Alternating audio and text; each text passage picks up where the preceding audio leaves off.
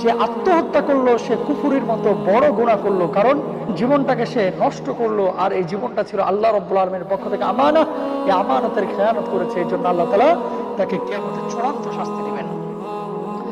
অন্য হাদিস বুখারী শরীফের 44 নম্বর এবং মুসলিম শরীফের 125 নম্বর হাদিস, আল্লাহর নবী বিশ্বনবী সাল্লাল্লাহু আলাইহি ওয়াসাল্লাম বলেন, ইয়াখরুজু মিনান নারি মান ক্বালা লা ইলাহা ইল্লাল্লাহ।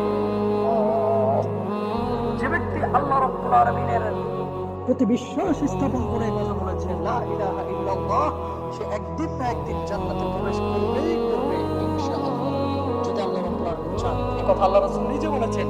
সুতরাং যে ব্যক্তি আত্মহত্যা করেছে সে কবিরা গুনাহ করেছে, সে কুফরের মতো বড় গুনাহ করেছে। এটার চূড়ান্ত শাস্তি আল্লাহ রাব্বুল আলামিন তাকে দিবেন। কিন্তু পরিশেষে আল্লাহ রাব্বুল আলামিন তাকে জান্নাত দিবেন কি দিবেন না সেটা সম্পূর্ণরূপে আল্লাহ রাব্বুল আলামিনের ইচ্ছা। তবে এই কথাটা বলা সমীচীন নয় যে একজন মানুষ আত্মহত্যা করলে আর কখনো সে জান্নাতে যেতে পারবে না।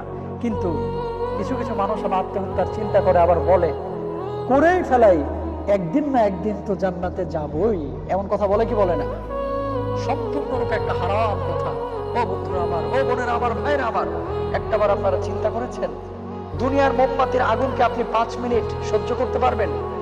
গরম চা কফির উষ্ণতায় আপনি সহ্য করতে পারেন না, গরম ভাত আপনি সহ্য করতে পারেন না 2 মিনিটের জন্য, 20 সেকেন্ডের জন্য।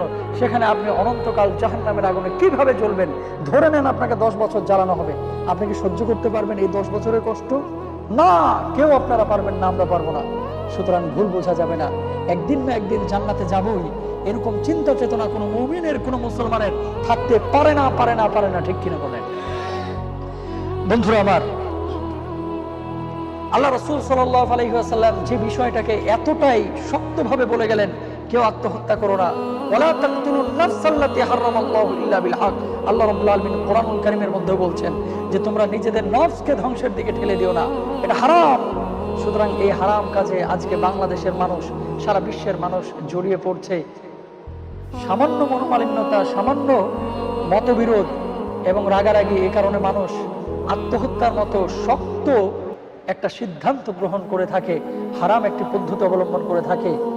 এটা সত্যিকার অর্থেই আমাদের জন্য একেবারেই অনুচিত, একেবারেই উচিত না। ওয়ার্ল্ড হেলথ অর্গানাইজেশন WHO এবং centre for injury prevention and research Bangladesh, তারা বলছে প্রতি বছর বাংলাদেশে 10,000 মানুষ আত্মহত্যা করে মারা যাচ্ছে, যেখানে 1 লক্ষ মানুষ আত্মহত্যার জন্য চেষ্টা করছে। এবং সারা পৃথিবীতে প্রতি বছর 18 লক্ষ মানুষ আত্মহত্যা করে মারা যাচ্ছে। বলুন নাউজুবিল্লাহ।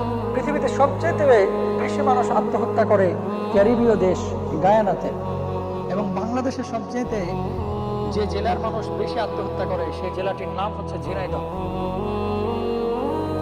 আল্লাহ রাব্বুল আলামিন আমাদেরকে আত্মহত্যার মতো গুরুতর পাপ এর পথ বর্জন করে সুস্থ মস্তিষ্কের সবল মানুষ হয়ে প্রকৃত মুমিন মুসলমান হওয়ার তৌফিক দান করুন। সকলেই বলুন আমিন।